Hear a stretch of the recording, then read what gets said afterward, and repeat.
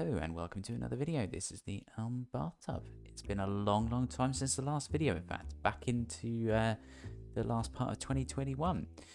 Had lots to deal with actually. We've got a new addition to the family, so most of my time has been dealing with the new baby. So I am here today trying to get myself back into doing a video again. This is of a demo though, so a demo game just to keep it nice and simple, nothing too in-depth, to make it easy for me because I'm selfish like that. So this game is Car Manufacture, not Car Manufacturer, as you might expect it to be called. I'll have a quick read through on Steam for you. Car Manufacture is an automotive tycoon game. Start in the beginning of the 20th century and create thriving business. Build cars, manage people, expand your plant and research new technology. Make tons of money and stay on top. I know part of that was actually grammatically incorrect. That's not just me not being able to read. So let's just start with the settings. It's so simple. It's just some audio settings, graphics, basic graphic settings.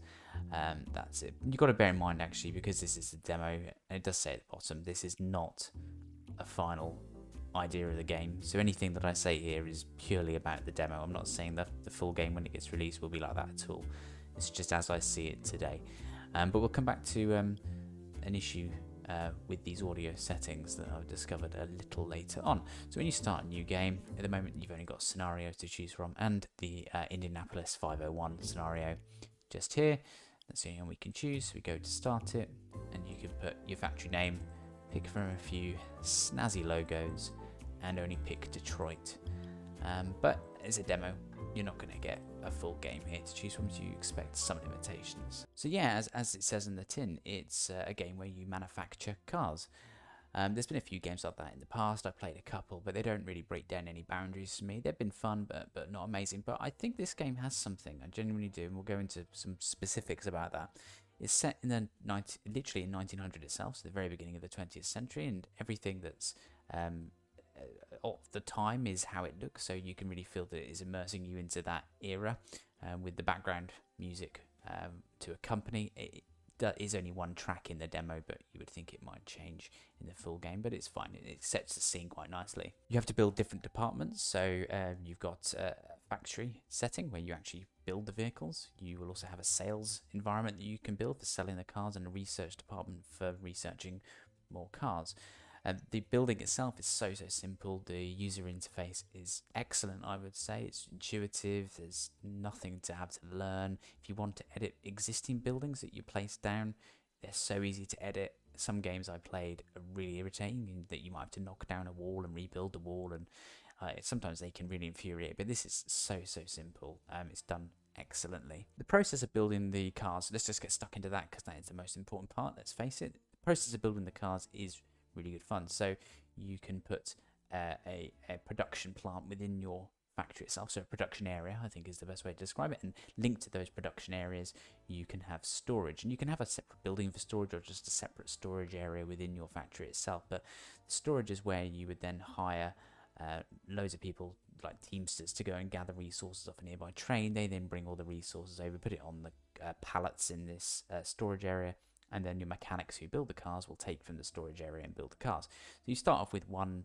production area within your factory, and that's led with a conveyor belt outside of the factory walls, and then the car then gets purchased by someone. But I think it's done really nicely in that you get to pick the car's got information about it, the cars look nice, and everything about it, all the individual parts are listed, so it tells you what you need to build the car, and everyone just gets onto it. You don't get involved with actually building it, but everyone just gets on with it. But it's quite nice detail on the vehicles and what goes into making them. As the cars are built, they move through the production process, and you can see them being assembled. It's not I would maybe describe as glitchy, so you don't see someone working around a car and then suddenly you see all the elements of the car suddenly built. It's not like that. You actually get to see the stages. So someone comes over with the chassis, puts the chassis down, someone goes over with a headlight, you'll see the headlight go on. So it's incremental, and the level of detail in that side of things is absolutely brilliant, and you can see these things being built. Now you are restricted. You cannot design the cars, and this is something which I would like a bit more involvement with. You can pick a colour for the car that you're putting through the production line, which is fine, but actually I think that mechanic is broken in a sense, because you pick a colour and the first car that comes to the production line is not that colour, and then the ones after are that color, but I found that even during that process, you get a random different color thrown in the mix. So I think something is definitely broken. Sadly, there's a couple of other things that aren't quite working the way I would expect as well. The research tree is flawed. So, for example, you can research ways of advertising your cars, so newspaper, radio, blimp, all sorts of different things. But as you go through the research tree, you should be able to unlock each of these different things, and the same goes with the production of the cars itself. Your production line can contain many production points, so point A will assemble the first few parts of the car, point B the next few, point C, and so on and so on. But you're supposed to be able to research the ability to add more production points at each line of car.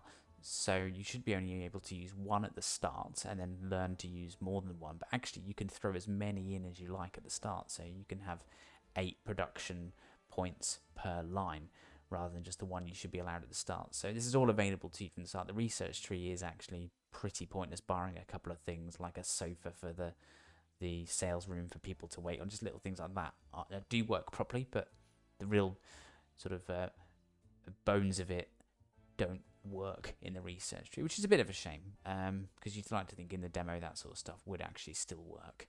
You of course have to hire staff as well, and there's I think it's 4 different staffing groups. You can have different roles within your business. You have mechanic who build the cars at these production points on the production lines. You have transport people. I'm going to call these teamsters. They go and grab all of the materials from the train next to your factory and bring them in and get everything ready for your mechanics to use. You have as well salesmen, and you have research people. Those are both fairly self-explanatory. Now, eventually, and this might just be the way I was playing it, but you eventually need so many teamsters and so many mechanics to keep things going. You end up with literally just an army of ants running across the screen. Not in their size, like they're not tiny and whatever, but you can see them and whatever. There's just so many of them running around, and there's no real sure-fast way of seeing what any of them are actually doing. You can't assign them to anything, so you can't say, right, I want these mechanics to work on this production point or this production line. You literally just hire the group of people, they go off and do what the hell they like. You can't prioritize anything. You can't tell them specifically where you want them to work, which is, again, something I hope they bring into the main game. They do some strange things as well. You'll see that, for example, I found the sales people really strange. They just run around like blue ass flies, and the customers, they come running around, and everyone just spends a lot of time running around and staring at walls and standing there shaking their arms around, shaking their heads around, and there's a lot of mentally deranged people that you end up seeing in the factory area just waiting for a car to buy. But rather than just stand still, they seem intent on throwing their arms around and running around in circles looking crazy. But maybe something could be done about the way people act in the game. It doesn't seem that good when they're doing all that stuff. Just 2 more tiny things, hopefully, that I can certainly think of the cuff that I do find a bit annoying. The music is fine, as I said at the beginning. It's just 1 track. I can live with that. But there is no sound effects. One of the sound options is sound effects, but there are none. You can zoom in, and everything looks really nice. The game looks quite pretty. It's lovely. But there is no sound effects. That you want to hear the buzz of the factory. You want to hear the machines. You want to hear people talking. You want everything like that. But there's nothing there. It's a fairly atmosphereless game. And there isn't really a great deal that you have to do. Once you've got everything set up, there's very little involvement from the user. You just have to make sure you've got enough staff running, make sure you're doing researching your new cars, and just popping your production lines down. But actually, there's very little input from that point, especially because there is no design of the cars themselves or anything like that, which is to say is a bit of a shame on that front. But it's not a thinker's game. There's very little effort that has to be put in. I'd say it's a relaxing game. You can just put it on for 20 minutes, an hour, and it's just enjoyable to almost watch what you do and like the result of what you've done, more to the point. It's enjoyable in that sense, just seeing the fruits of your minimal labour. The final big gripe, that's not even a big gripe. I mean, it's probably just because it's a demo and it's a short game, but you can't save the game. couple of occasions yesterday I had to go and do something in the house really briefly, and I just wanted to save it in case I lost my progress. Couldn't save it. Bit disappointing. But it is what it is. I'm not going to lose too much sleep over that one. It might be quite strange for me to say this after running off a few negatives about this demo, but it's, as I say at the beginning, it's a demo. Don't expect a polished game. It's actually really good, and I think there's so much promise here. I think the visuals are really nice. They don't need to be worked on too much more, I would say. I think they're definitely on the right track with that. I think once they sort a few of those gripes out and other things others might have brought up, you're onto a really good game.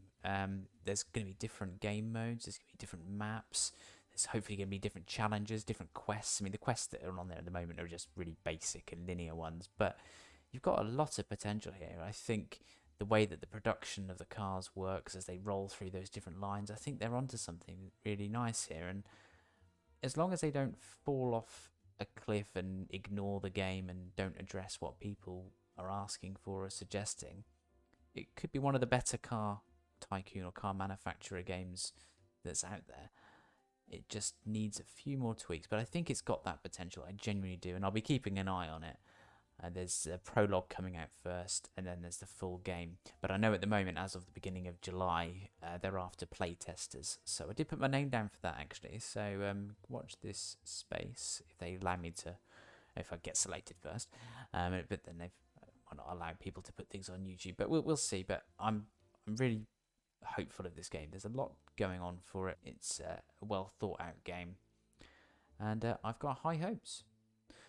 Thanks for watching, and we will see you in the next one. Hopefully it won't be too long until the next video. I won't be doing a little scoring thing at the end just because it's a demo. It's not particularly fair, so there won't be one of those for this one. Take care, guys. Bye-bye.